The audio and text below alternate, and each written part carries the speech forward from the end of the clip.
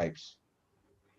I would request him and welcome him onto the board to take charge of the next 30 minutes and lead us and take us into the world of CRISPR-Cas. Over to you, Stefan. I would request him and welcome him onto the board to take charge of the next 30 minutes and lead. Hey, Lata, there is a voice coming back. Over to you, Stefan. Okay. Yeah, so and a welcome from me as well. Thanks so much for inviting me. I'm very, very honored to speak today on this interesting dialogue. Yeah, I'm Stefan Stricker. I'm working in Munich and I'm working on a lot of CRISPR approaches. And if I have time in my half an hour later, I will mention one project on how we use CRISPR as well. But I really would like to start with, of course, mentioning why we are all there, why we are all here today and why we are so interested in this topic. And this is, of course, because these great scientists, Emmanuel and Jennifer Doudna, got the Nobel Prize this year for something that is called CRISPR. And today, in my half an hour, I really would like to tell you first, why is it actually, to start, why is this such a big thing? Why is it actually really changing the world of life science? Before I want to tell you a little bit more about what it actually is, what is CRISPR itself, and where does it come from, and so on. Then I will mention how you can use it, and I want to finish, if there's time, with one project of my lab showing you, a basic science project of how you can use several CRISPR aspects really. So I think for getting completely why CRISPR is such a big thing for us, I think we have to go back in time, but not much, and think, what did we really know about our bodies, about life, about disease before we had CRISPR tools? And this was, of course, quite something already. We knew our bodies are consisting of organs. We know that since a long while, but we also know that each organ consists of many different cell types. And actually, that is not finished yet, this research. We find more and more cell types we didn't know about. We know now there are at least hundreds of different cell types, maybe thousands. And we also learned a lot on one of the big mystery of biology, how our cells can be so different when they all have the same genetic information, right? They all have the same DNA. So why are they different at all? Why is a neuron very different than a skin cell? And we learned about the genes, the different genes that these different cells really express. And again, that was also not easily to explain. Why do these cells express different genes? How is that even possible? They have all the same DNA. And the reason for this, of course, is that the DNA is not just there naked in the nucleus of the cells. It's embedded in a very complex structure that's called chromatin. And it consists of proteins. The DNA is wrapped around. So you can see here histone proteins. It has some structure. It's bound by certain proteins that we call transcription factors. And on top of that, there are a lot of chemical modifications of these proteins, but also of the DNA itself.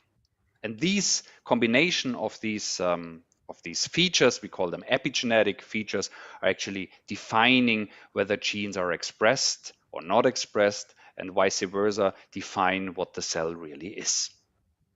Now, we also knew already quite something about most or many human diseases. So we know that in diseases, often there's a failure of a certain organ, for example, the brain. This has most of the time also a cellular reason. Sometimes, cells are specific cell types are really lost. Sometimes it's only a function of a cell that is lost. And the origin of this can be different things, for example, of course, genetic mutations and genetic diseases, but also more often than not, loss of gene expression that should be expressed in certain cells. And this can be accompanied by chromatin, by epigenetic modifications that are wrong. Now, there's really a lot we knew about life and disease 10 years ago, but the problem was we couldn't really do anything about it, right? Because it was impossible for us to repair mutations in people. It was impossible for us to manipulate all of this structure around DNA. It was impossible for us to activate specific genes. And it was quite difficult to tell a cell to become another cell, to maybe replace lost cells or replenish some cells lost in disease. And all of these things CRISPR really, really changed. So what is CRISPR really? Well, back to Jennifer and Emmanuel, they are microbiologists, of course, working on several microorganisms, mostly bacteria, and I think mostly Streptococcus pyogenes. And CRISPR really describes a locus that is found in many bacteria. The most famous one is in Streptococcus, and has been described first in the 80s. And it's a special locus that has a weird structure. You can see it's has a certain amount of protein coding genes in there, sometimes few, sometimes many, but then there is a lot of repeats on the back of it. Now, Emmanuel was really working on this locus, finding out what it is, and she found something very interesting. And that was that these repeats in this locus contained not bacterial DNA, but viral sequences. And that led to the hypothesis that maybe this locus helps the bacteria to protect against viruses, that this locus, this CRISPR locus, might be a kind of bacterial immune system. So over this very important time between, I think, 2005 and 2012, these two women actually solved the whole thing. And I just very simplified tell you what the role for CRISPR really is. CRISPR, actually, I didn't mention that before, stands for clustered regular interspaced short palindromic repeats. So it's really defined by this locus that has a weird repeat structure and these protein coding genes that are called CARs. Now, what is happening in CRISPR is that if a bacteria, you can see that here, is infected by one virus, that a bacterial virus, a phage, it has the ability of putting pieces of the viral DNA into this repeat structure, something that we call spacer. But then later on, this bacterium can transcribe this information in RNA and use this spacer, this information that is by sequence original from the virus, in a second infection of such a virus to guide the Cas protein to the new viral DNA and cut it in pieces so it can't be affected. So it's really a defense mechanism, learning from infection to prevent the infection of a second time. It's really a beautiful system, and it's really a great finding of these scientists, but it's actually quite exotic. And you have to ask, why is this so interesting for the world? It's something that bacteria do against phages. Of course, it's complex and so on. And this has two main reasons. The first one is that in around 2011, several groups, including these two, realized you can use CRISPR anywhere, not just in bacteria, and you need only two things for it. The Cas protein, the most common one that is used is Cas9, and this guide RNA, this tracer RNA, this RNA that brings in the targeting information. But this information doesn't have to be viral DNA. You can put it, fill it up with any DNA information, and what the Cas protein then will do, it will look around whether it can find anywhere DNA with this sequence information that is very similar to the sequence information, and when it has found it, it will cut it. So this would work not only in bacteria, but it will also work in mammalian cells, in skin cells, in muscle cells, in neurons, whatever you want to put these two components in. And again, you can still ask, okay, this is funny, but why is this so interesting? And I think there the second part comes along, that was something that scientists tried to do for a long while in parallel as well.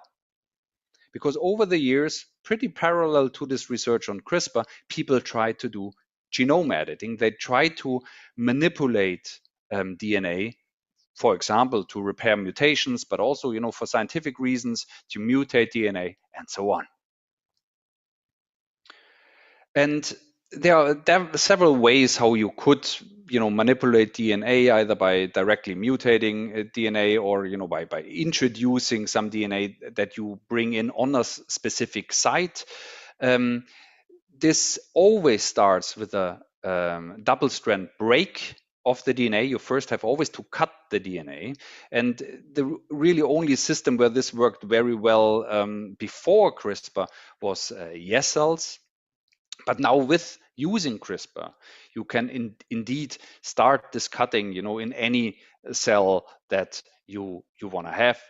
In theory, also in living animals or persons. So this brings us already to the third point, right? How can CRISPR be used? Well, and this is really here an example from my lab. What you can see here on this picture is the view from the top of a zebrafish brain, right? So you can see here the brain of a zebrafish, and you can see that these cells you can see here on the surface, they really express two different genes. One is called SOX2, it's not important. The other one is actually an artificial one, it's GFP, it's here in green. And you can see a normal living zebrafish has these two genes expressed. Now, if we introduce in living zebrafish Cas9 protein and the RNA, the guide RNA information against these two genes, you can see that very efficiently CRISPR targets these two genes and destroys them. And you can see here now that in this brain of the zebrafish hemisphere, most of the cells here lost these two genes. So it's surprisingly easy to manipulate DNA, even in living animals. And I have here another more therapeutic example from Munich, from my colleagues from the Kupert and from the Wurst lab, that I think is, the zebrafish example was only a proof of principle, but this here is a much more interesting, I think, approach in terms of a potential therapy. And what these groups work on is actually on a model system of the bad disease of muscular dystrophy. So they have pigs that have a mutation that is found very often in human patients of muscular dystrophy, which affects the human dystrophin gene. So this is a very, very large gene with many, many, many exons. And what some patients have is a mutation that leads to the skip in the splicing of exon 52. And what then happens is, because there's a frame shift in this protein, is that actually you lose most of this very important protein in all the muscles of the bodies. Here, you have several examples here in the pig, and this is leads then to the death, mostly in the early 20s.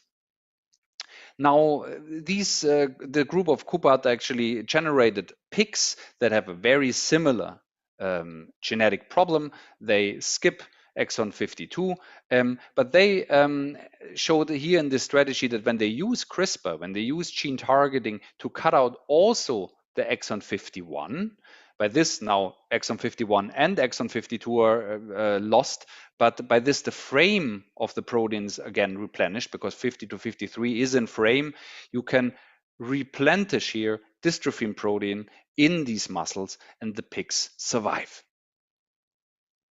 So there is a lot you can do with CRISPR tools in gene targeting. You can do, in theory, this in all kind of species. In theory, you will see here some that I think we're talking later about, green gene targeting, gene technology. We might talk about the mammoth as well. You see that all on this Nature headline. But I want to use my rest of the time rather to mention something that's often forgotten, and that is that you can do with CRISPR much more than modifying DNA. Because it is actually, for the first time for scientists, possible to change gene expression and to manipulate chromatin. So how would you really do this? I told you before, when you have Cas9 and you have a guiding information of a small RNA, it will find this sequence in the genome and would usually cut it. But what we and many others are actually using now is a version of the Cas9 protein that can't cut the DNA anymore. Now, what this protein now became is just a shuttle, just a transporter for anything to find this place in the genome. It will not destroy, it will not mutate. So what you in theory can now do is you can stick to this inactive Cas9 or dCas9, how we call it, any load that you want, any protein that you want, for example, enzymatic domains, with the aim, for example, to set chemical modifications on the DNA or remove them or to activate genes. And this is a very powerful tool to have a big effect on gene expression without manipulating the DNA sequence. Now, there's a whole bunch of things you can do in theory and in practical actually with this technology. I only want to mention some before I maybe show you in the end some project that we were working on.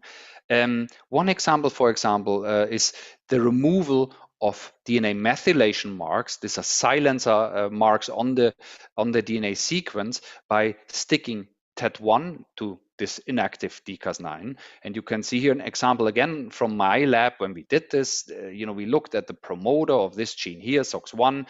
This gene was really shut off and has a lot of these modifications on the promoter. Now, when you get TET1, this enzymatic domain of this enzyme TET1 to the SOX1 promoter, you can move all of this DNA methylation, and the gene can be active as well. There are also several ways of specifically activating genes, and I will only talk about the simplest one, right? Just putting a transactivating domain of a transcription factor to dCas9, and you can see here how beautiful you can activate genes with this technology. And here's an example where in neural stem cells, we turned on a gene that is usually only active in the heart muscle. And you can see that this gene is not expressed usually in the cells. Without a guide RNA, just with this transactivator, it's also not expressed. But when dCas9 with this transactivator gets the targeting information, then suddenly this gene is massively expressed and can be turned on. Now, why is it so interesting to turn on genes? Well, there are several reasons for this. Some are therapeutic, but one that I want to specifically mention is we know a lot of genes that tell the cell what it has to be. So using these tools, we have a good chance of replacing cells that we lost, for example, in neurodegeneration or in injury and so on. And especially interesting is this, of course, in the brain when we lose neurons.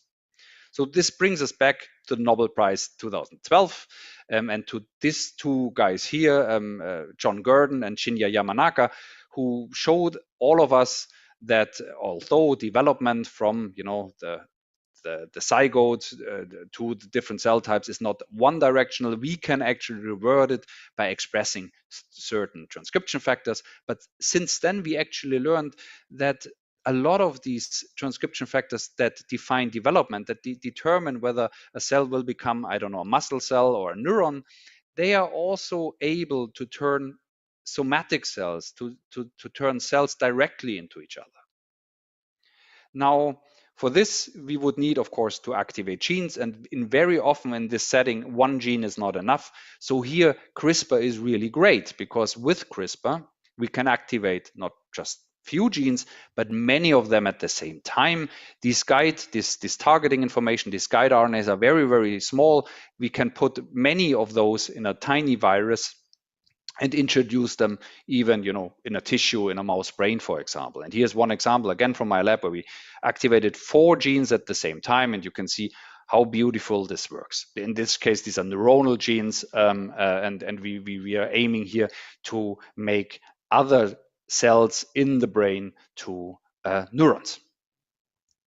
And there's another advantage and another incredible possibility that CRISPR offers, and these are we can actually look for factors that are relevant in disease, but also in any cellular processes, because again, because these guide RNAs are so small, it's very, very easy to make libraries of them and to conduct functional screens. And here's again a small example from my lab where we looked for genes that are important for cancer cells to leave the main cancer mass and making making metastasis.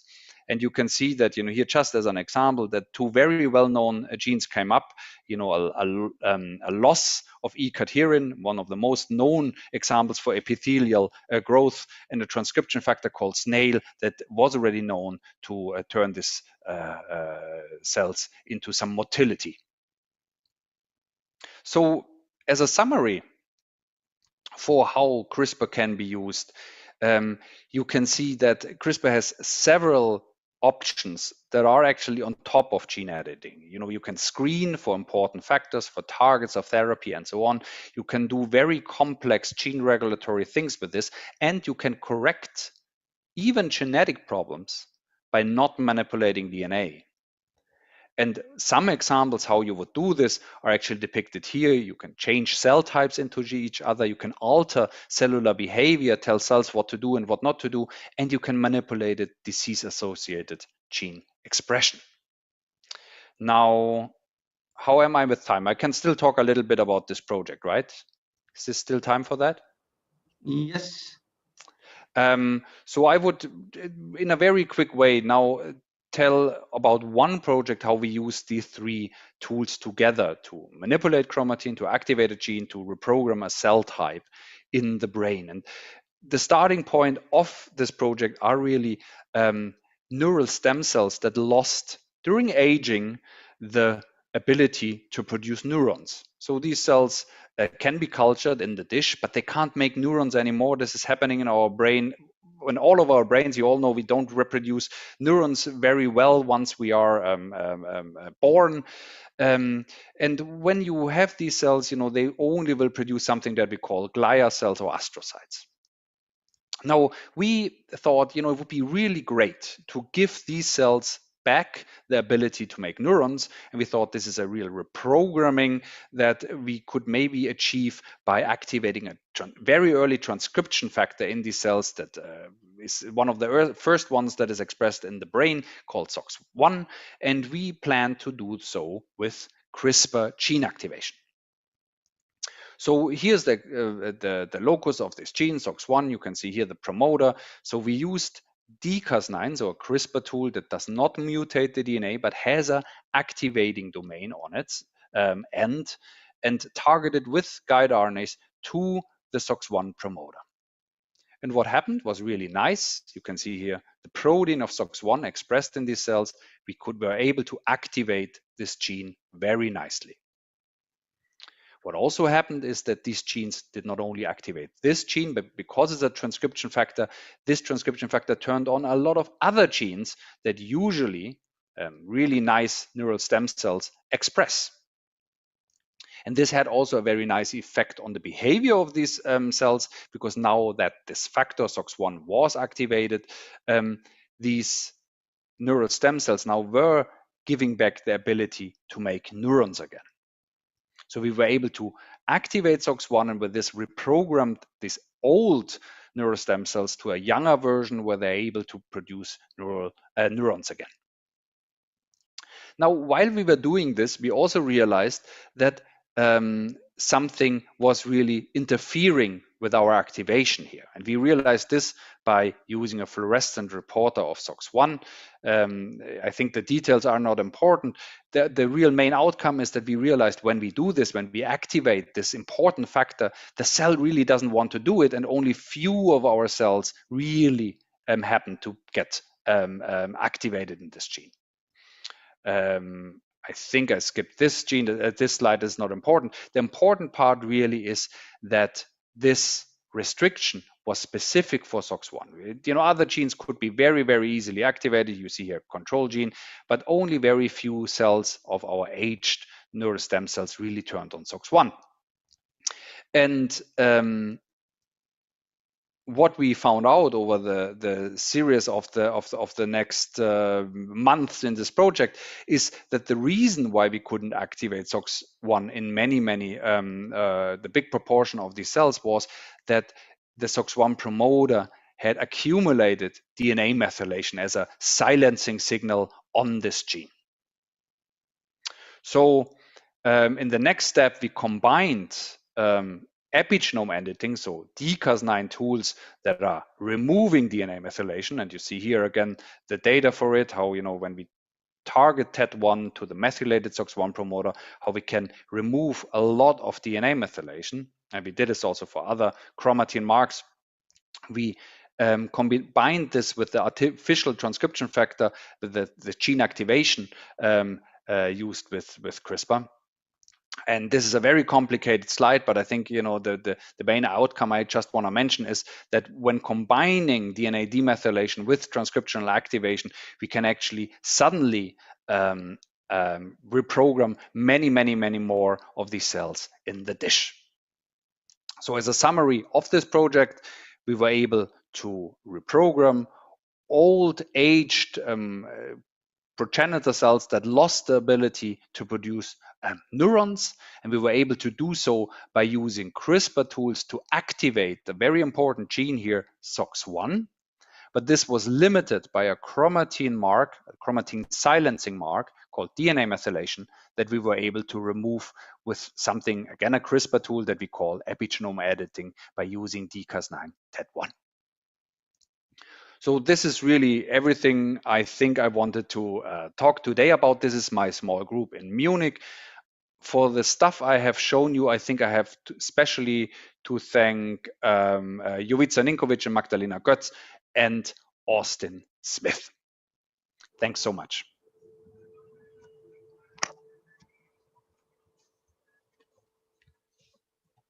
Thanks, Stefan. It's a brilliant presentation. I'm not going to summarize it at all because you have spoken from the initiating everyone into the very idea of CRISPR into the application level. Brilliant. I would straight away go to the next speaker so that at the end we can take up all the questions collectively and address them as and when each expert can speak on that. So going to Varsha.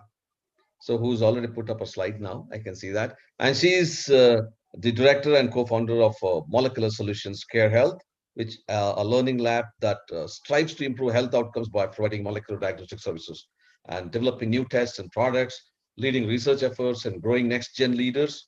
Well, of course, her primary goals of MSCH are indeed of learning and growth. Beauty is she is engaged in multiple verticals. We work on a couple of projects together. We have been part of a couple of grant applications. So and she's also part of Acharya's visiting faculty. So welcome, Varsha, and the the deck is yours. Thank you so much, Manish. And thank you, Swedish Alumni Network of India, for this great opportunity. I'm really looking forward to questions as well as learning so much from my fellow speakers. Stefan, fantastic introduction, and you really laid out a beautiful array of opportunities there. Thank you for that. So as Manish said, the topic of my talk today is about laying out the landscape of possibility and potential of CRISPR. I'm going to use my 15 minutes in this particular way. I'll be telling you a little bit about myself and the perspective that I bring, which is basically going to be an entrepreneurial perspective. Since, as Manish also mentioned, I run a lab and I am an entrepreneur, a scientist and an entrepreneur. So with the entrepreneurial perspective, I think most people who run their own businesses, whether it's in academia or in a for-profit organization, would agree that entrepreneurship and ethical dilemmas go very much hand in hand, whether it's a business ethical dilemma or in case of CRISPR, as Spider-Man said it, with great power comes great responsibility. So CRISPR is one of those incredibly powerful techniques where you really cannot separate the ethical dilemmas from the opportunities. So we will be looking a little bit about what came before CRISPR-Cas, and both Manish and Stefan have alluded to this quite a bit. Talk about also about the ownership, like what is who. Yes, Jennifer Doudna and Emmanuel Charpentier won the Nobel Prize for this, and a very well-deserved prize. But what does ownership mean when there is a technology like this? We'll also be talking a little bit about how does this technology really translate into real world when people on the street, when you have people in, regardless of where in the world they are, how does this affect their lives in any way, or does it even do that at all? And finally, to paraphrase Douglas Adams here, what are the implications of whether it's CRISPR-Cas or any other kind of genome editing? What are the ethics of this and implications on life, universe, and really anything? As I said, I'm a scientist and entrepreneur, and I'm also a public health diagnostician, a translational researcher, and innovator. My company is called Molecular Solutions. We really are focused on learning, continual learning, and our growth through this learning. We do multiple things, but among the main things we do are diagnostics, research and development for new products and tests. We strive to improve health outcomes through building partnerships. And one of the most enjoyable aspects of my work is really to mentor and mold the next generation of leaders in public health, and people who are willing to take up complex problems and willing to try to solve them together.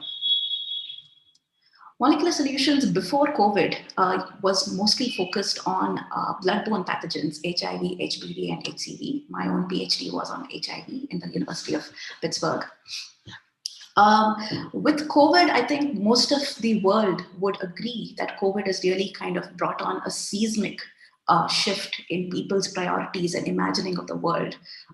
We too, while we moved quite strongly in the direction of COVID diagnostics, we have really also changed our mandates to look at not just human health, but really in terms of planetary health. And my personal focus really in the next 5 years is going to be looking at the interplay of multiple different ecosystems, especially soil, water, and the healthcare system, and to see how they really work together in specifically in terms of nutrition, in terms of resistance, whether it's antifungal, antibacterial, or antiviral resistance.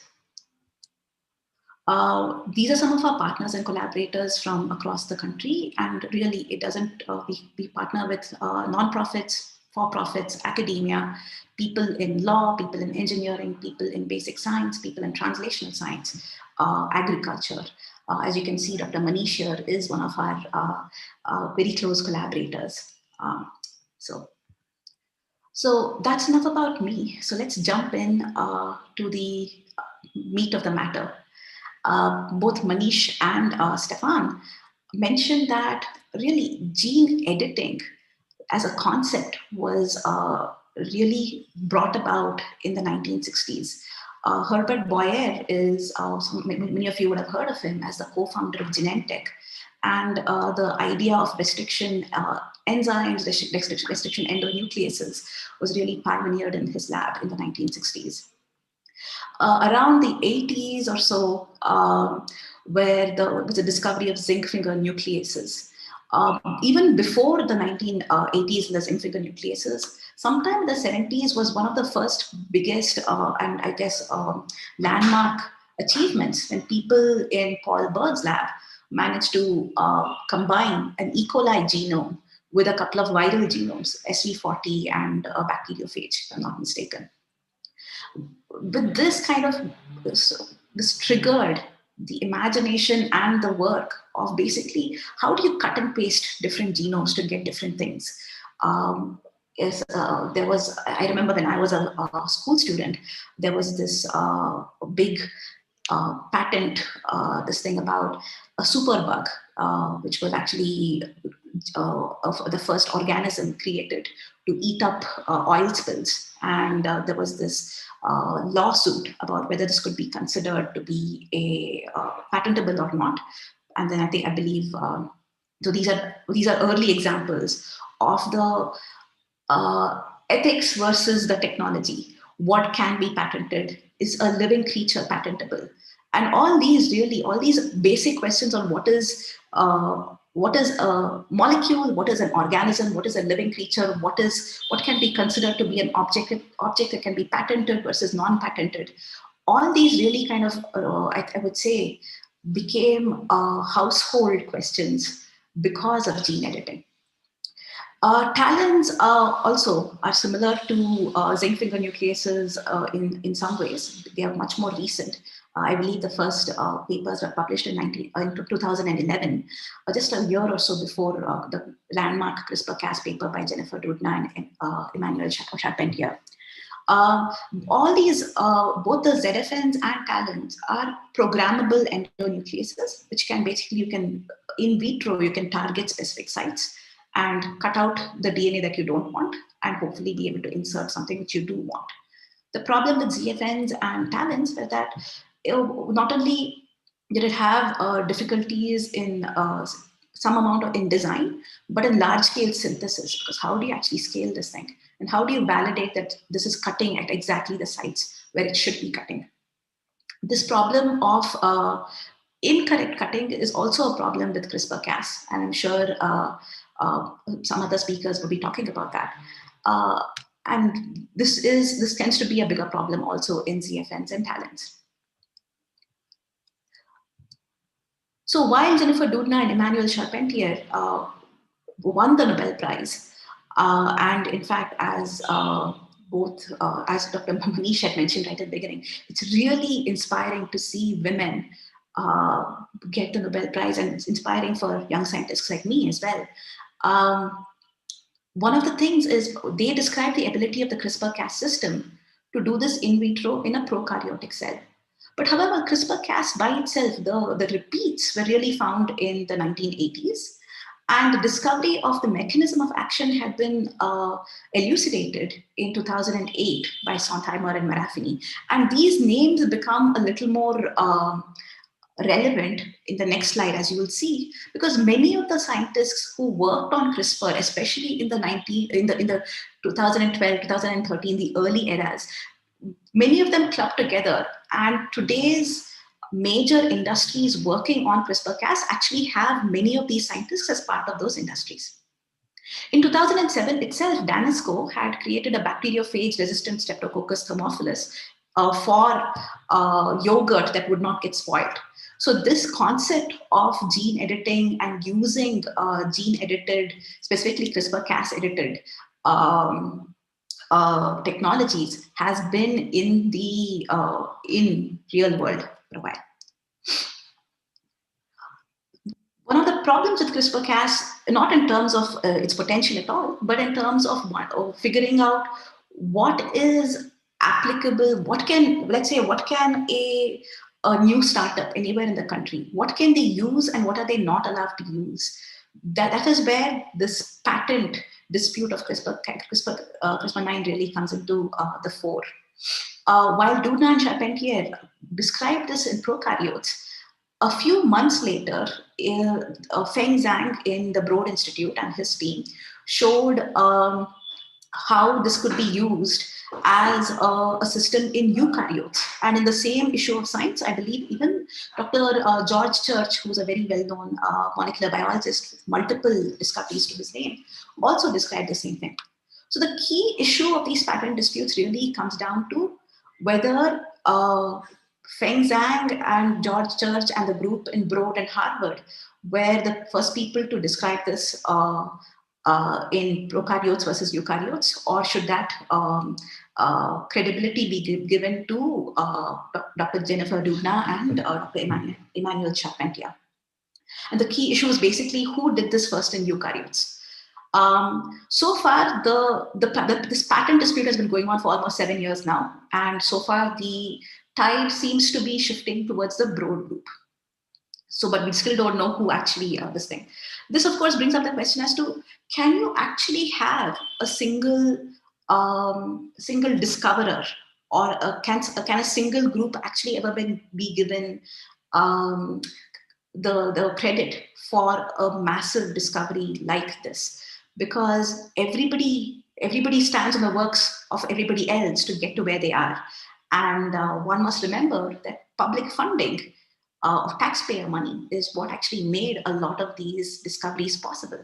So ultimately, when the opportunities and the potential of the technology is vast, and each group works with with multiple other groups, and they all start growing their work based on other people's works. How does one actually sift through this and say this belongs to you and this is because of you?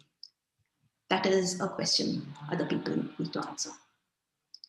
I had mentioned earlier that a lot of the scientists who had first started working on CRISPR-Cas already were part of many different companies. So really, the spin-out companies of the inventors are actually 6 or 7 companies in total. And in this figure, you can actually see, I'm going to show you this. All the companies in this kind of green are the companies that are related to human therapeutics. So Broad Institute funds a company called Editas, along with other funders, of course. And you can see Fen Zhang, George Church, David Liu, Ki Jung, etc. are part of this. And Editas is really focused on applications like CAR T cells, and I'll talk about what they are, stem cells, alpha-1 antitrypsin, muscular dystrophy, which Dr. Stefan had spoken about, some of the basic science work on the dystrophin gene, sickle cell anemia, beta thalassemia, and so on. Emmanuelle Charpentier by herself has a couple of, is part of 2 or 3 companies.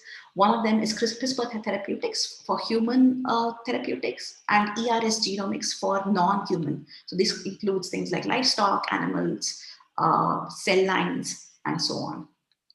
And at the University of California at Berkeley, many of these researchers, including Jennifer Doudna, Marafini, Sontenheimer, etc., are part of Intellia Therapeutics, working on, again, things like CAR T cells, stem cells, alpha-1 antitrypsin, and so on. So there is a lot of overlap between these companies, and there is a lot of and you can clearly see there might be a lot of competition as well between them.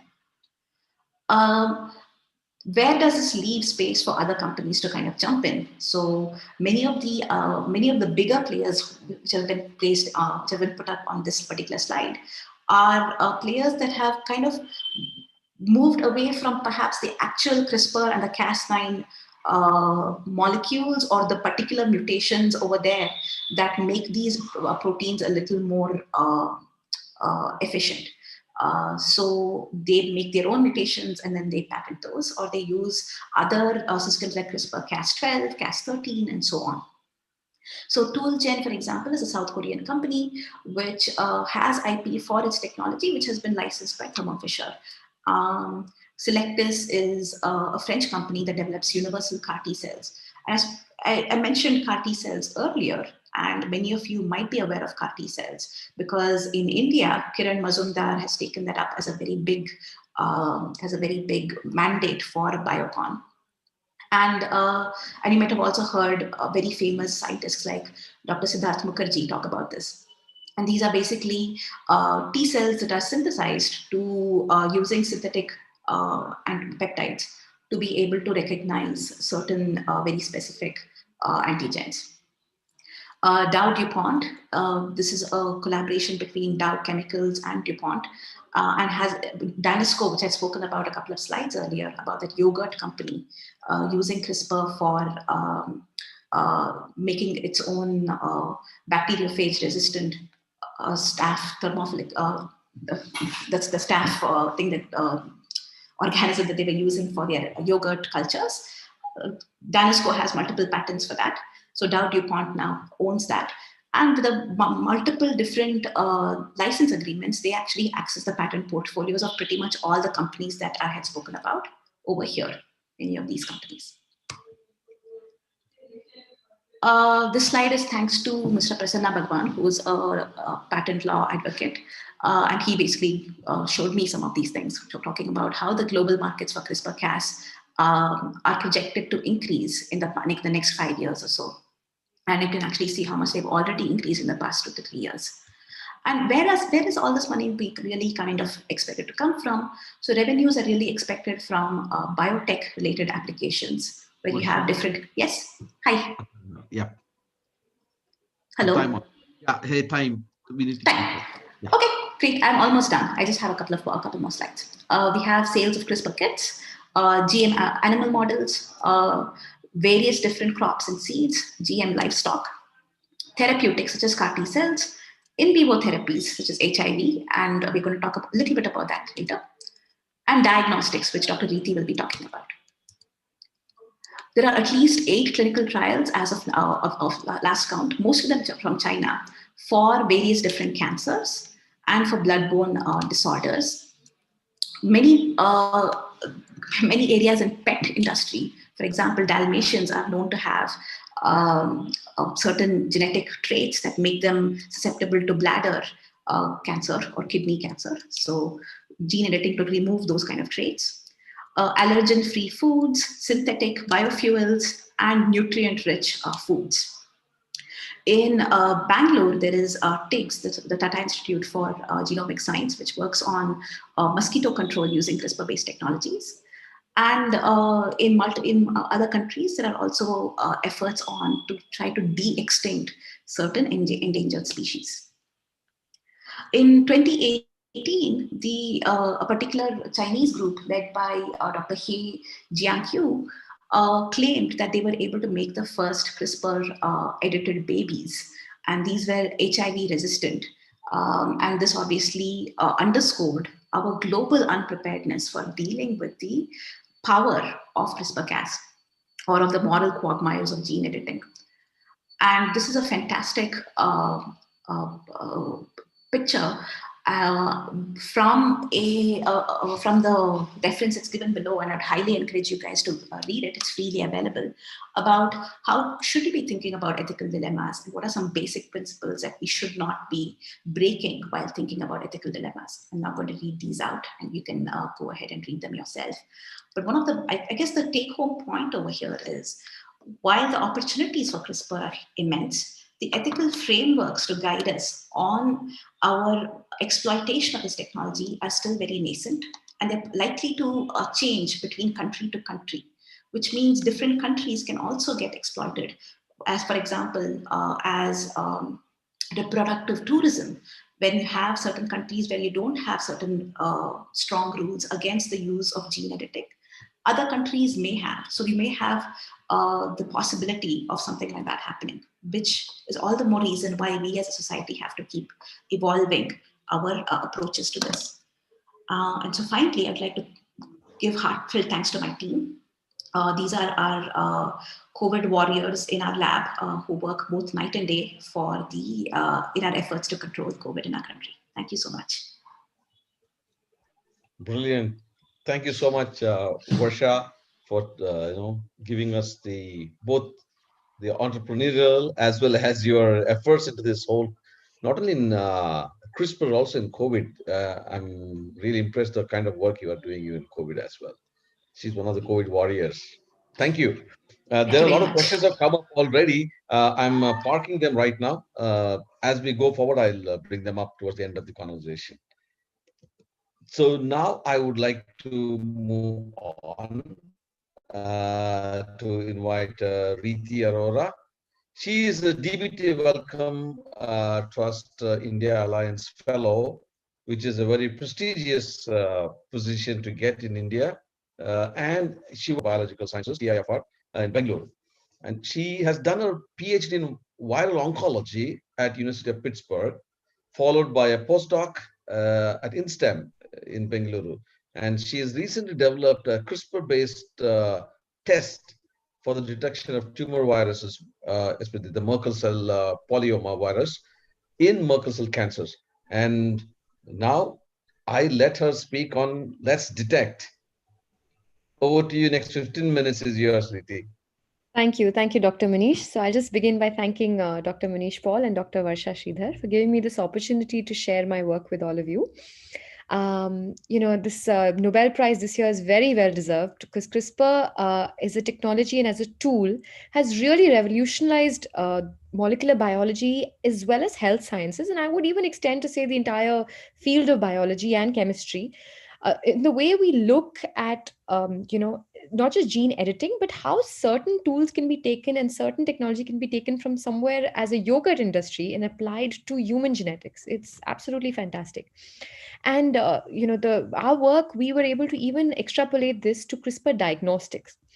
So in my talk today, I'm going to be talking to you about how we use this CRISPR diagnostics for a very rare cancer called Merkel cell carcinoma. And just remember, we use the Cas12a method because majority of people talk about Cas9. I just want you to remember because it will get clearer as the talk goes on. So in the outline of my talk, I'll just briefly introduce our work on Merkel cell polyoma and Merkel tumors, and then tell you how we use the CRISPR system to detect this virus in Merkel cancers. And then I'll briefly touch upon how currently CRISPR diagnostics are being used to create tests to set up looking at SARS coronavirus 2 for the current pandemic situation. So approximately 20% of human cancers worldwide are caused by infectious agents, and a majority of them are viruses. So this is a list of 7 human tumor viruses. And as you can see in this slide, all of them are different viruses that belong to very different virus families. They have different nucleic acid backbones. They cause a very distinct set of cancers, and they were discovered with very different methods in different years altogether. So it's actually very interesting. It's not one family of viruses that cause human tumors. And we in our group study the most recently discovered human tumor virus called Merkel cell polyoma virus. That is a double-stranded DNA polyoma virus causing a rare skin cancer called Merkel cell carcinoma, and discovered by a bioinformatic technique called digital transcription subtraction. Essentially, the cancer genome was taken and bioinformatically the human part was subtracted, and the remaining viral part that was integrated into the genome was identified, and then the virus was discovered. So just to tell you, Merkel cell carcinoma is a rare but rather aggressive skin cancer with the cell of origin being mechanoreceptor Merkel cells that are found in the basal layer of the epidermis of the skin. The risk factors for this cancer are ultraviolet radiation, age, so individuals above 50 years are highly susceptible, immunosuppressed individuals with either AIDS or transplant or other primary cancers are likely to get this cancer, with the incidence range being about 0.13 to 1.6 globally for about 100,000 people per year. And as you can see, it is a rather aggressive cancer with a low survival rate, with 5-year survival rate and a high disease-specific mortality. So moving on, as I mentioned, this virus called Merkel cell polyoma virus was discovered in this cancer. And what's most striking about this virus is that it's a rather common commensal virus that is present in a majority of our skin as a common microflora. So that's interesting. Then how does it lead to causing a cancer? So if you look at the viral genome, it has the early region here, which is in teal colors, and that produces the small T antigen, large T antigen, a truncated, alternately spliced large T antigen, and an alternately truncated protein called ALTO. And the late region produces the viral capsid proteins. So in the tumors, this virus gets integrated into the genome, and this T antigen region gets truncated, so produces a smaller version of the T antigen, which can still target various pathways that are tumor suppressor and oncogenic in nature, eventually leading to cancer. So yes, this virus is common, but it can cause cancers under immunosuppression. So we wanted to use this technology of CRISPR to see if we can identify this virus in the Merkel tumors. And we narrowed down on the CRISPR's latest technology, sub-technology called detector system, which I'll just come to in a minute, which essentially uses Cas12a's ability to not just target the double-stranded DNA, but also be able to indiscriminately cut single-stranded DNA, which is in the neighboring region. So, why is this important to us? Because the Merkel tumors exist in two forms. To a pathologist, when they look at this cancer, which is presented to them in the clinic, it looks identical whether it's virus positive or negative. So with immunohistochemistry, unless we stain with the virus proteins, we are not able to tell whether the Merkel tumor is virus positive or negative. And here I'm showing you basically whole genomic data set from a virus positive patient and a virus negative patient of Merkel cell carcinoma. And as you can see in the red versus the blue, just the internal circle lines are the intrachromosomal translocations, and these are copy number variations in various chromosomes in the genome. And as you can just visually see the difference, the virus negative cancers are caused by various mutations. And primarily when they identify these mutations, these are UV linked mutations, which makes sense in a skin cancer. Whereas the virus positive cancer seems to be driven primarily by the viral presence. So why would this be important? Because when you look at the differences between the virus negative and virus positive cancers, the study of about 247 patients by Moshiri et al. Has shown that the virus positive cancers have a much, much better progression-free survival rate. So not just for, and of course, knowing the cause of any cancer eventually gives us a target and a means to then eventually lead for therapy. So the knowledge of whether a cancer is virus positive or negative automatically gives us not just an advantage of treatment, but also of predicting survival and predicting prognosis. So this led us to then think of a method to be able to diagnose or detect this virus in viral tumors, in Merkel tumors, to ask whether the tumor is virus positive or negative. And just briefly, yes, there are tests of immunohistochemistry and PCR that are currently available to do the same.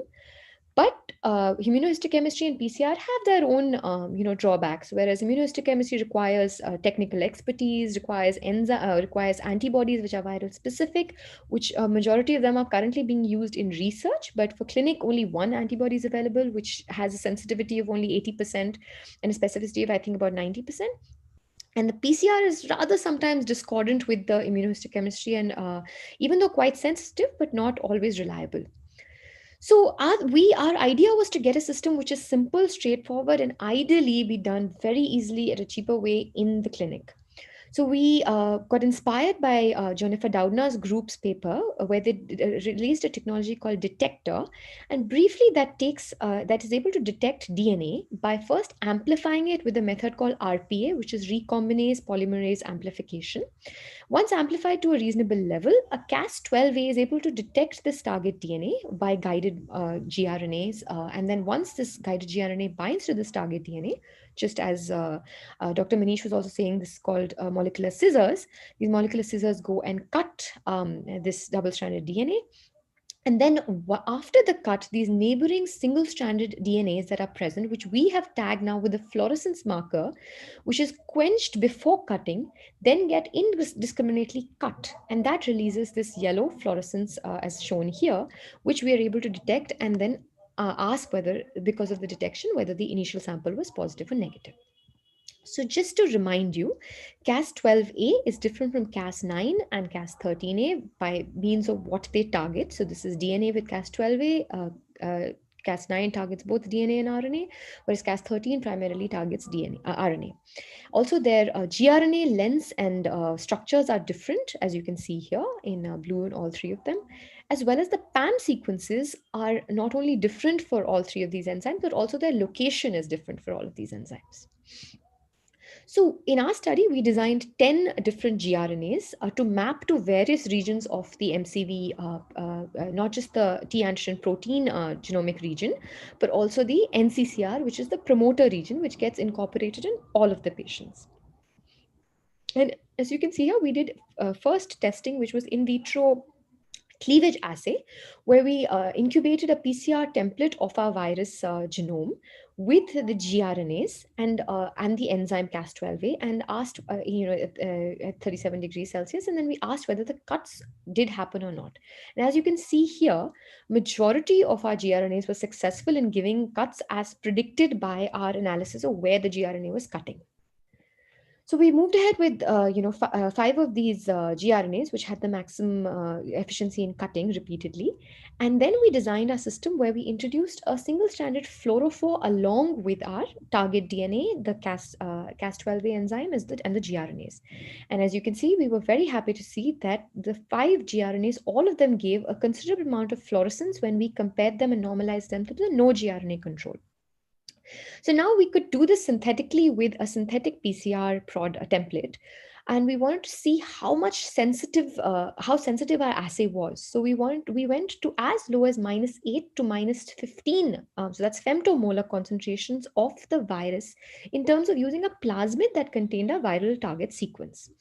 And as you can see here, we did testing both with the RPA and without the RPA. And yes, without the RPA, it was rather less sensitive. But after the amplification of the RPA, we were able to see very good amounts, even at femtomolar concentrations, showing that our assay was rather sensitive for both gRNA NCCR3 and gRNA exon 1.1. We proceeded with 2 gRNAs that showed the best results in our previous data. Now, the actual test, which is our MCV detector. Now, did it work or not? For this, we chose cell lines that are Merkel cell carcinoma cell lines that have the virus present in them and express the virus proteins. So we essentially extracted genomic DNA from virus positive cell lines as well as virus negative cell lines. So the MCC26 is a Merkel tumor, but it's not caused by the virus. It's caused by UV radiation. Whereas U2OS is a different cancer cell line, and BJ-TERT is a immortalized, normal, healthy human cell line. So these were our negative controls. And as you can see, we were very happy to see that our assay was able to detect the virus present at very good levels with the presence of RPA in virus positive cell lines for both of our gRNAs. So our detector system works rather robustly for MCV. So this is just a summary of our method, where basically MCV tumor cells that contain the virus, as you can see in green, we extract genomic DNA, then we lyse these cells and amplify the viral sequences using RPA. After this amplification, it's exposed to Cas12a and single-stranded DNA, which have a quencher and a fluorophore, which do not produce any fluorescence before cutting. And once this Cas12a is able to detect this green DNA, the cutting enables the visualization of the single-stranded DNA, which was cut as in cis indiscriminately, producing fluorescence, which we can then measure and read out whether the cell line or the initial sample is virus positive or negative. So moving on, CRISPR diagnostics for the current coronavirus, the SARS coronavirus 2, or the current pandemic, they've been very, very interesting. And here is a list of 4 tests that are currently being made ready for the market. And the Feluda test is actually in India, and it's going to be, it was supposed to be launched, I think, in November based on the news, but it still is not out yet. But I think we'll see it in the clinic rather quickly. And the other tests are all, from different countries. And I think all 3 of them are from America, where different companies are now trying to release these tests.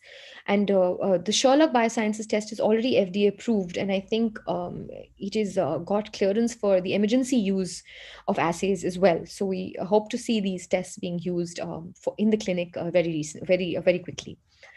So briefly, I'll tell you more about these 4 tests. So the Feluda test stands for FNCAS9 Editor-Linked Uniform Detector Assay. And the two of the main scientists who prepared and made and are launching this test are both Bengalis, and I think Feluda is a little sort of their favorite detective character in one of the, in few, this, so they wanted to give an ode to their character, and they named this test Feluda. So that's a sweet little story on the side.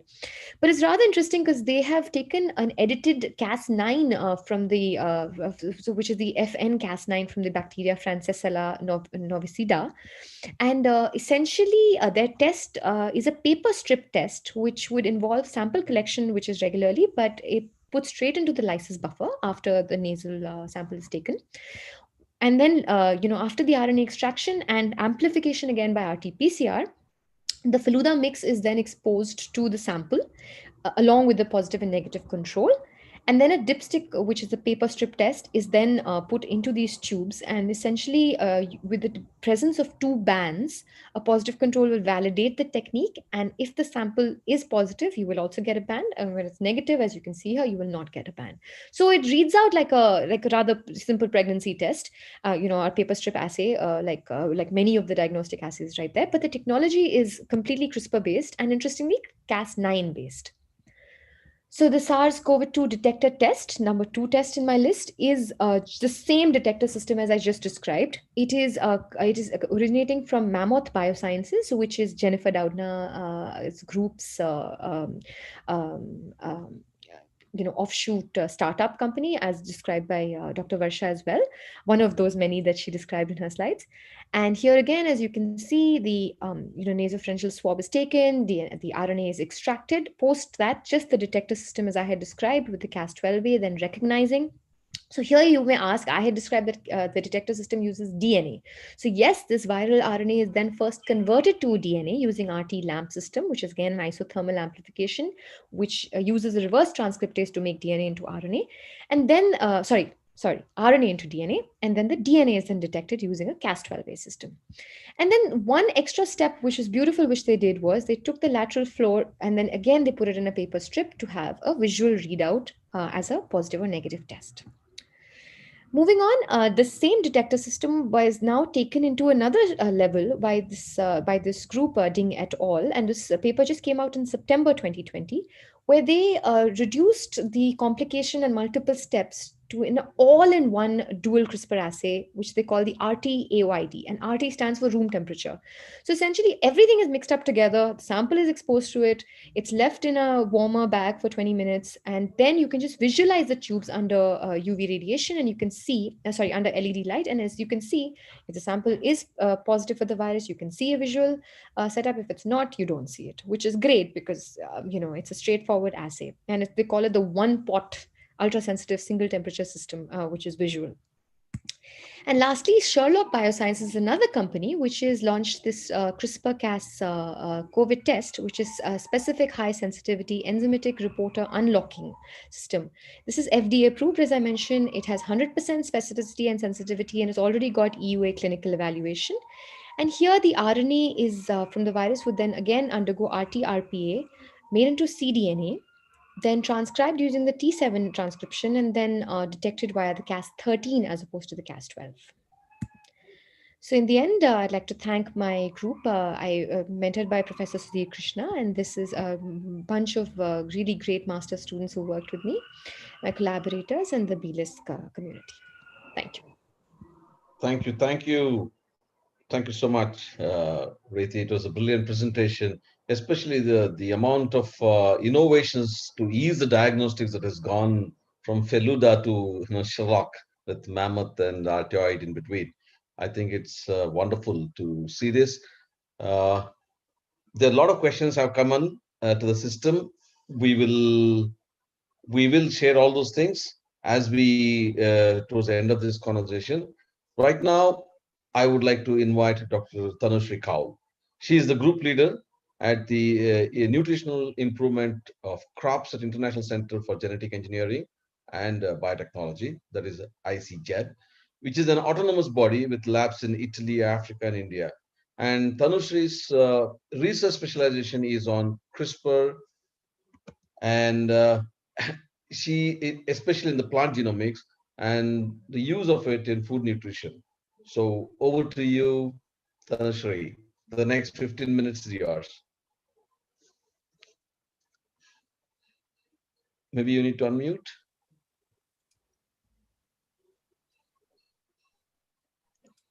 Tanushree, we can't hear you. Hi, good afternoon.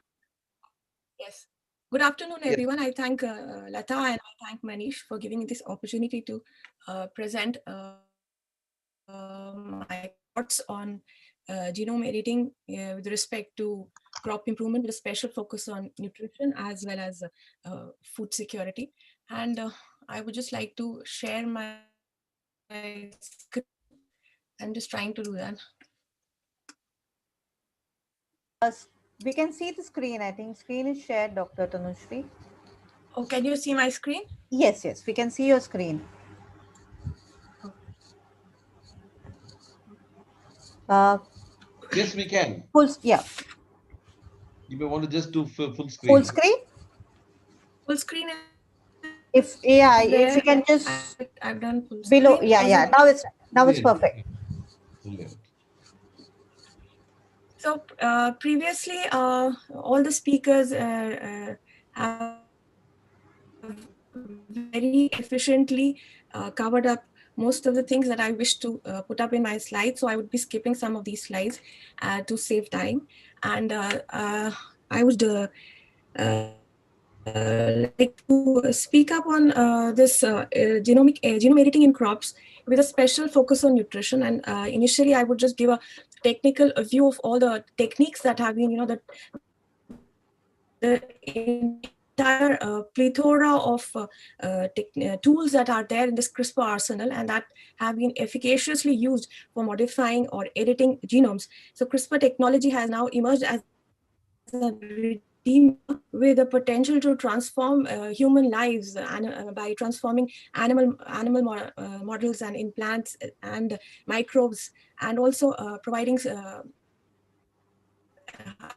changes in the way the food would be grown in future, the medicines would be produced, as well as entire strategies to develop plastics, biofuels, chemicals, whatever, and even diagnostics. And as Riti just now explained, the entire array of diagnostic kits, toolkits that have come up that are based on CRISPR, and the latest. The Sherlock, which is also developed by Jennifer Doudna's group in the Mammoth offshoot of her IGI center. So these are, so what now I would wish to highlight is that how plants are important. Crops are essentially important for all the resources that we are generating. May be fuel, feed, or fuel, or any other things that all contributing for human progress and society.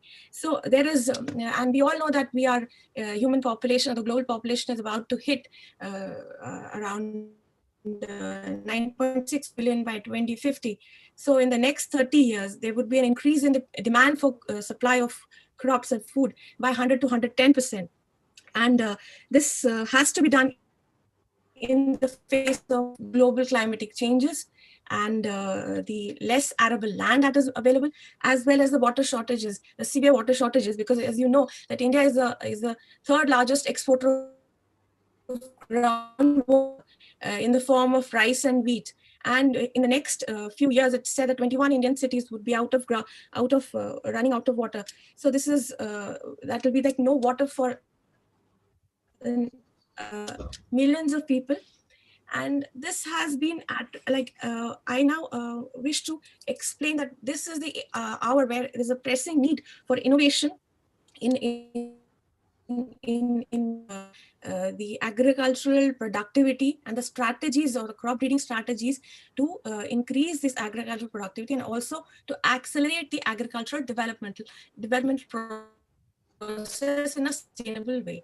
So we all know that nature has been editing genomes for a very long time, hundreds of years, wherein it has natural selection has enabled human beings as well as other organisms, including animals and plants, with genomic variants to survive. And humans have also employed artificial selection to domesticate crops. And as we know that the quantity of food that we consume quantum of crops we're presently consuming are all domesticated from their wild ancestors. And this is one of the examples where corn, the modern day corn, has arisen from its wild ancestor, Teosinte. So what I would show in this slide are the major strategies or methods that currently people are using in crop breeding technologies, and this is the first is the cross breeding, the second is the mutation breeding, and the third is the transgene breeding. So cross breeding and mutation breeding together are the main strategies that are that have delivered thousands of varieties in crops, and they have been used by human beings, but both these strategies are leading to genetic erosion as well as reducing the biodiversity, because we are all selecting for specific desired traits, and this has led to a reduction in the biodiversity. And we all know that this reduction in the number of beneficial alleles that we can choose, or the options that are reduced, if they are reduced, that is the main reason for creation of plateaus that crop breeding has come across. So the main important thing is the availability of beneficial yields, and larger number of beneficial yields, so that we can choose among them and develop our desired crop. So in this way, the currently used the GMOs have not reached the fields, and the currently used technology that has come up is the I'm sorry, it's stuck.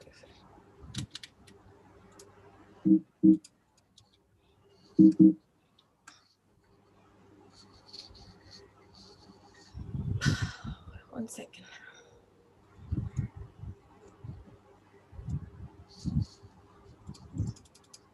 So the currently used technology has emerged as the precision design agriculture, which employs the integration of crop functional genomics, the precision editing technologies that have arisen since last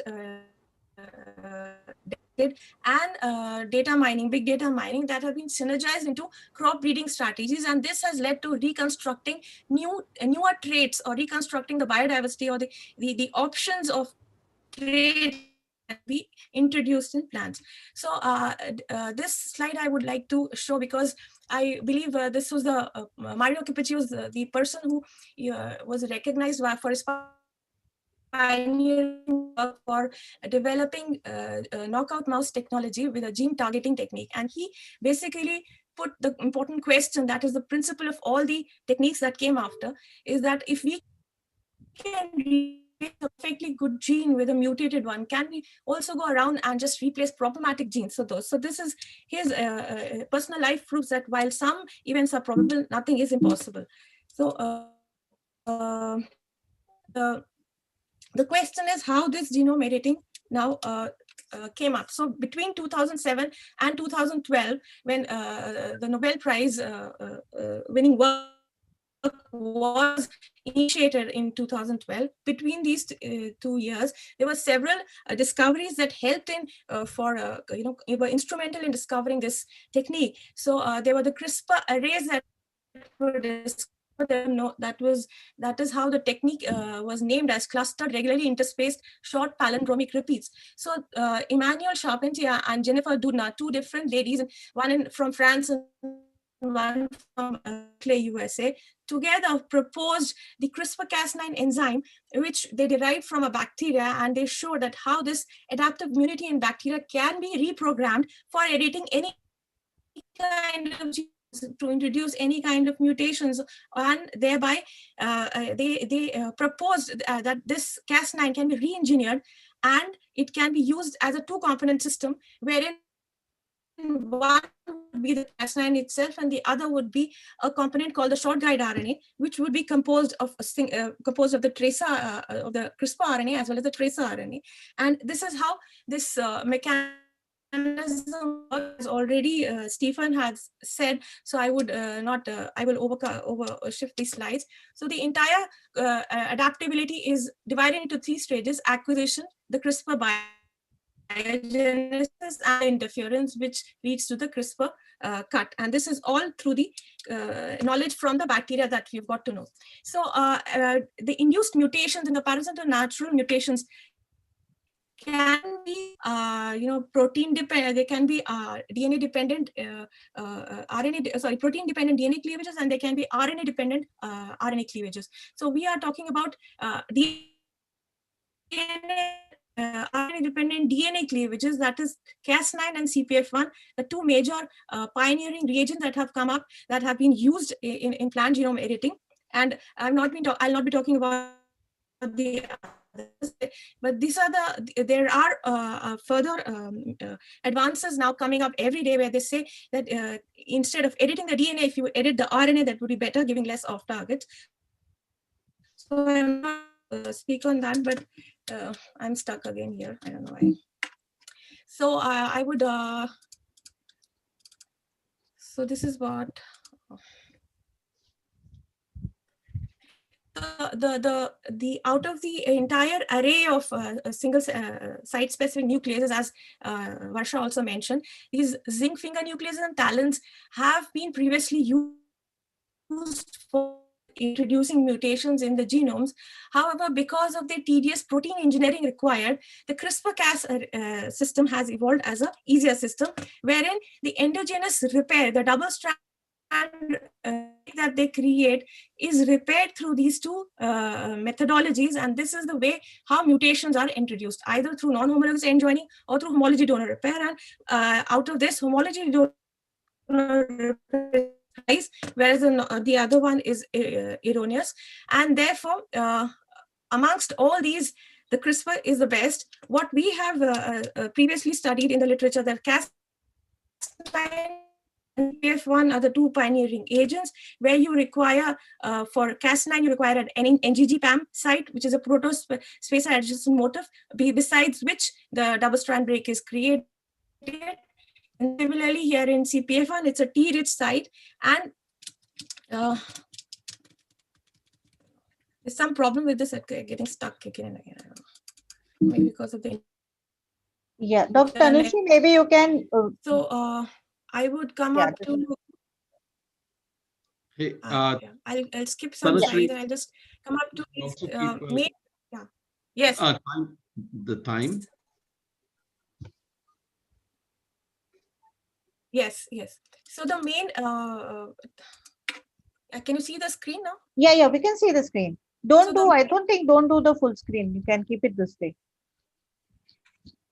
Okay. Yeah. So the main. One of the crucial issues that should be kept in mind for planning and conducting these experiments in the lab is basically that, as I said, amongst these, which choosing the right tool, choosing the target sequences, and having the whole genome sequence of that system that you're working in your hand. These are the three important things that you need to keep in mind. So as we see that Cas9 creates blunt ends and CPF1 creates sequence. So CPF1 ensures or promotes homology donor repair, or you can knock in genes and you can in a precise way, and you can introduce mutations in a without knocking out the function of the gene through this homology donor repair. So this was a revolution which CPF1 and even Cas9 is doing, but the percentage of homology donor repair is so less that in the system, naturally the system is naturally going towards the non-homologous pathway. So this is what we need to keep in mind. So the entire sequence of the genome, should be in your hand. If you're working on a specific crop, you need to define which gene or which target you're using. For example, there are single gene affect certain targets, such as that are single, modulated by single genes. For example, grain amylose content in rice, as well as the soybean, as well as the oil quality in soybean. So, for example, if you want to increase the oleic acid content, as the Calyxt has, the company Calyxt, US company Calyxt has, brought into market high oleic acid content containing soybean oil, which is of higher nutrition because it is a antioxidant, and it is giving a stable quality to the oil content so that you can cook in it, and it is also increasing the shelf life. So one gene, knocking out of one gene can give you these three traits. So you need to worry about which trait to work on and how these genes can be modulated. There are traits like biotic stress, abiotic stress, as well as the yield. All these traits are multiple gene regulated, and many QTLs are involved in this, and these are actually these quantitative trait QTLs are basically subset of important developmental processes. So if these are modulated, and should be modulated through with a pinch of caution, so that we do not affect the entire growth performance of the plant. Similar, then depending upon the techniques, there are different tools that can be utilized. For example, we can employ these editing tools for gene disruption or gain of loss of function through frame shift, introducing frame shift mutations that can generate loss of function alleles, and you get an allelic series of varying gene expressions in the crop. Then you can introduce minor substitutions that can generate complete or partial loss of function in the alleles using different base editors, for example, adenine base editors and cytidine base editors. Then there are different functional sites in the protein that can be characterized through creating an overlapping guide RNA array of the entire genome of the plant, and then introducing it into the vector, making a library into the vector, and transforming it into the agrobacterium, and then transforming the agrobacterium into the plant, developing the mutant populations and genotyping them to screen for good alleles or beneficial alleles. So this is one of the technique. These few techniques that can work on gene transcription level, gene modifications by gene knockout. So the examples for this is that cereals and rice has been developed, which has high amylose content by knockout of single gene. Then increase in the fragrance in the rice has been done through knocking out one of the gene in the pathway, the BDH2, and thereby increasing the other pathway that leads to the production of 2-acetyl 1-proline that gives the fragrance in the basmati rice. Similarly, Corteva or DuPont Pioneer have produced this high amylopectin corn, wherein they have knocked out the pathway which goes towards the production of amylose, and thereby increasing the amylopectin content, which has led to development of different paper. It has helped in the paper industry, in the textile industries, and different adhesive industries. Similarly, we can use this for improving the grain appearance, like the grain size, grain length, grain width, as well as the nutrient content of the grain. Like you can increase the iron content, or increase the zinc content, or the starch content. Or yes, yes, Mani. Yes, I'm sorry to interrupt you. yes. Can we do this way? Because for want of time, we will do. There are a lot of questions which have come up Yes. from people. Probably we can discuss all these as part of the discussion if you can conclude, so that we can take it up as a discussion. Otherwise, we are running beyond schedule. So can I just go back to my slide where I show my work? One slide that I Yeah, can show my please, work. one slide, sure. So basically, this is the latest technology where these people have used this prime editing from the Broad Institute, where they have introduced single transversion. So now what people have tried to do previously was through Cas9 create double strand breaks and use it as a molecular scissor. Then techniques like base editing and base editing came up, like adenine base editors and cytidine base editors, where they can only change from cytidine to thymine or adenine to guanine. So now that is like, it worked like a molecular pencil, and this technology of prime editing works like a molecular, it's a word processor where you can do all the 12 transversions, like A to G, G to C, T to A, any kind of mutations you can introduce. So what we have done in our lab, we have been trying to we've tried to modify the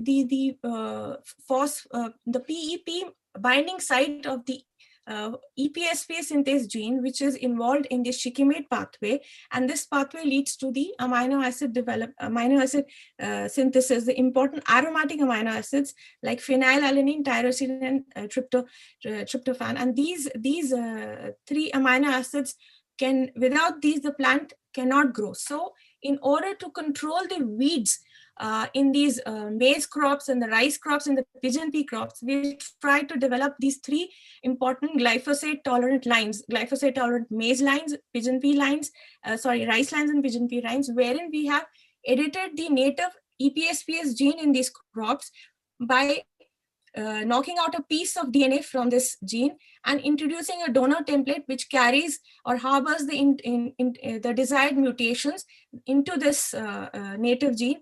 And this has led to the conferring of glyphosate tolerance to these crops. And further, we have developed rice, which has, as we know that the endosperm of white rice does not have enough iron and zinc, and scientists from several years are trying to develop iron-rich rice. And this is quite impossible because they have to put in so many genes into the endosperm for overexpression and create a GMO, and the GMO finally doesn't reach the field. So what we have used is strategy to knock out individually single and three genes, specifically they are iron sensors, and these combined with a cadmium transporter we have knocked out, and we have shown through a proof of concept that as these three genes, the cadmium transporter expresses in the vegetative part, whereas these iron sensors express in the endosperm. So we tried to knock out these iron sensors and this cadmium transporter, and it eventually has increased the iron content in the rice endosperms, which actually is very low, as it is 2 to 4 ppm that is found in the endosperms, and the target was to make it 15 ppm. So we have quite surpassed the target by in knocking out these three genes. And through machine learning we have showed this, as actually we use this iron quantification a single cell through this machine learning technique, and we have constructed models to quantify the iron levels in the grain. And we could see that after choosing these three genes, we can increase the iron content in the endosperm by 15 and above 15 ppm. So I thank you for this, and thank you. This is my team at Nutritional Improvement Crops at ICGB, and I thank you for the time. Thank you very much. Brilliant. You know what? I'm really, really sorry that I had to, push you further, but you have so much of work you've done. It is wonderful to know this. Probably we can have a session exclusively on this with a lot of students coming from our campus as well to listen to you. That would be a good one. Sure. Thank you. I'm Thank grateful you. to you. Thanks for. Yes, I'm sorry that I had to, interfere and cut your speech down a little bit. But anyway, going to some of the questions, I have got a lot of questions coming from the participants. I would start with a few. One.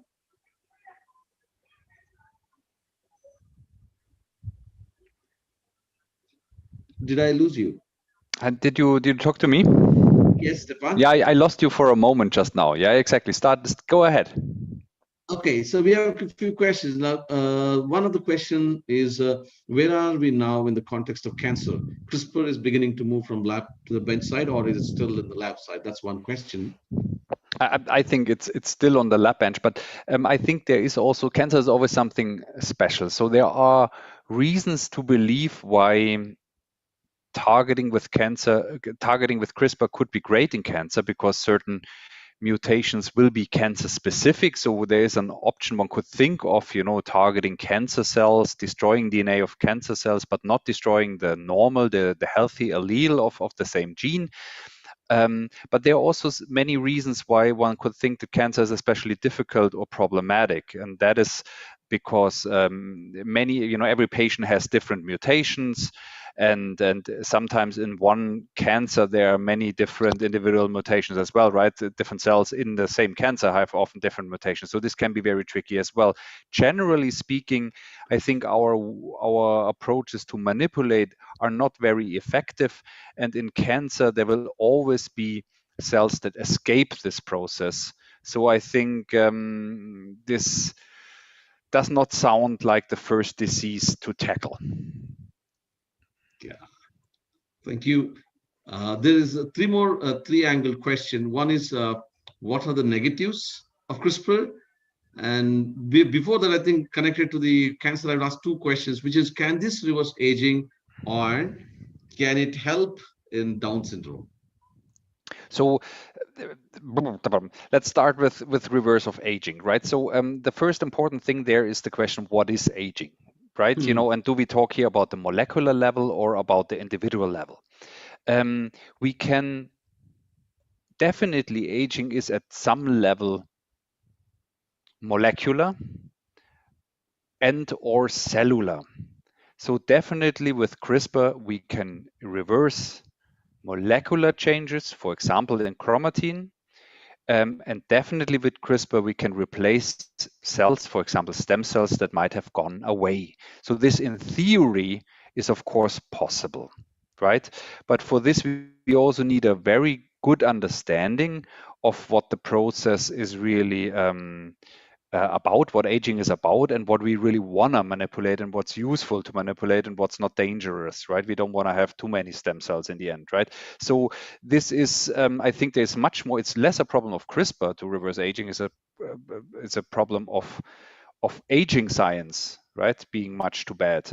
We don't know much about that, right? So that's the CRISPR part. I think is the easy part here. Actually, like many of the potential applications, I think CRISPR is not the problem. It's the problem we don't know so little about it anyway, functionally, causally. And you know, exactly. With I see here the third question about Down syndrome. I think there, of course, everything that is a developmental disease, it's of course much more difficult to imagine how retrospectively we could repair it, right? Once the development of the body is done in a wrong way, I think we are too late. But you know, even then, one could of course think of things doing with CRISPR that could improve things. It's just we won't heal it, I guess. Mm-hmm. Thank you. A question for Riti. You talked about the boils. Somebody is very interested to understand boils often occur in our body, but how do we identify if this is due to a virus or is it a normal boil? Well, okay, so boils or warts, as sometimes I think they're called, are majorly caused, they are sometimes caused by HPV, and they have to be clinically diagnosed. So a biopsy will be taken, and then those will have to be tested for the viral proteins. So, you know, knowing whether they're virally caused or not, I would leave it to a clinician, and I don't think lay people like me could tell you. But yes, if you know, there is a boil, there are multiple causes, and viruses are one cause, and they need to be clinically tested to know if they're virus positive or negative. Merkel cell carcinoma occurs as a growth on the skin. Yes, it might look like a boil initially, but again, that will have to be clinically tested by a trained pathologist or a clinician to identify whether it's Merkel cell or a HPV wart or a different. There are other viruses also that cause you know, outgrowths on the skin. Okay, there's another question for you. Does Cas9 cause double digestion if there are very similar DNA sequences in genome with only few differences of nucleotides? So, Dr. Stefan, please correct me if I'm wrong, but from my understanding, so the question being asked really is Cas9's tolerance for mismatches. So, if there are multiple sites on the genome which have similar sequences, but they vary in one or two nucleotides, so there would be a mismatch. What actually would happen is your guide RNAs designed are very, very accurate. So they would have the exact sequences you want to target. So there are Cas9 from certain bacteria which have a very low level of off-targeting, and there are Cas9s from other bacteria which have high level of off-targeting. But essentially, what has been optimized and designed for the CRISPR systems that we use are low levels of off-targeting, so which would mean that tolerance for mismatches is very low. And that would mean that there would not be any double digestion, and a very specific target of a specific site with Cas9 and gRNA is expected. And this has been tested by many, many labs. There is published data. So I would assume that, we are, there's constant research going on in optimizing the system to produce accurate editing at one site and not double digestion, as was asked. Thank you. A question for, I'll come back to both again. A question for Varsha. What other few scientific uses might CRISPR have beyond genome editing? Yeah, I think one of the main uses beyond genome editing was very nicely talked about by Reeti herself in diagnostics, basically. And similarly, kind of stretching that same this thing, you can actually use the same CRISPR-9 for imaging. Basically, have the same guide RNA to look for the particular genetic sequence of interest. And I know there have been a couple of papers that have talked about how they can um, how they can link the Cas9 to a GFP and then look for the particular genetic segment of interest. Um, so diagnostics slash detection of of a virus or a particular genetic sequence, and applications from there, which include diagnostics, which include imaging, which include next gen sequencing, and so on, would be my immediate kind of these things. Yeah. So Thank you. Thank you. One question to Tanushree. Um, if it says, if the crops also are subjected to CRISPR technology, can there be any crop produced with which the food problem in the world be reduced, wherein you don't have to eat so much what you eat normally and reduce the quantity of food itself? Can CRISPR-Cas technology be used in that? It's an interesting question. Definitely we can do it, and I just showed an example wherein we in our lab developed this iron rich rice, which is having not only the required dose of iron in the rice, but it's higher than that. So if we need to we need to suffice the daily requirement of iron, you would need to just have a spoon or 2 teaspoons of rice. That would be sufficient for working as a iron tablet or a capsule. So in that case, we need to, yeah, we can. There are several examples are there. One of this is that I said now, and yes, it can be Thank you. possible. I mean, that's nice, actually. I mean, if this technology can be used to, solve the major problem in the world, ultimately, food is very essential, and the countries where there is poverty and food shortage, these kind of technologies can definitely be used, as I understand I from your just response. I wanted to raise this point, which in the presentation, but actually I couldn't. That I was know. what generally we talk about is the hype is the fossil fuels that is creating so much of carbon emission and creating global warming. It's not just fossil fuels. The next standing in the line is animal agriculture. And this animal agriculture is the reason for deforestation, for loss of biodiversity and water and air pollution, because it requires so much of land to take care of these animals. And what the Stanford University has done, not the Stanford University, but Impossible Foods is a startup which is created by a biochemist, which is a leading biochemist from Stanford University. And he has developed burgers. He has developed burgers where he uses genome modified yeast to express protein from soybean, which is known as heme protein, and it mimics the taste of beef in these burgers.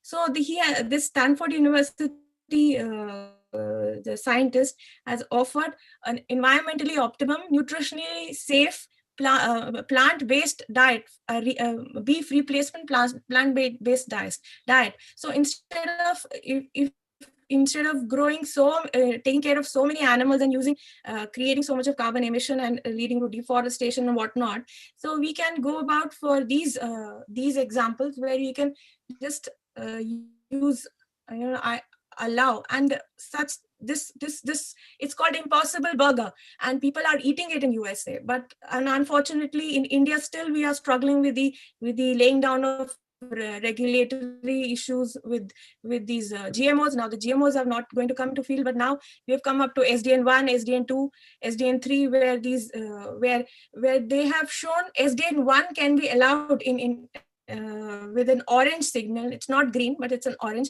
But still SDN2, where there are 3 mutations involved, or there are gene replacements involved in SDN3, they are still red. So this is what I mean. We need to work on our regulatory issues more before we just I think ask once the we scientists to understood, put in so much of effort. Yeah, I think we once we put understood the so much of scientific effort. points, the regulatory systems would gradually come on place. I have one Thank you. question for Stefan.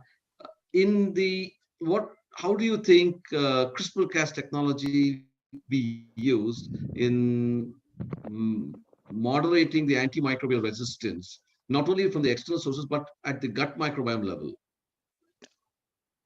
Can you repeat the question? So how we can use it How do you for address our microbiome, or how it endangers it, or what did you say?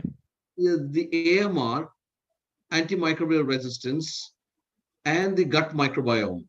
Can we use CRISPR-Cas technology in any way to moderate or control the antimicrobial resistance through the microbiome?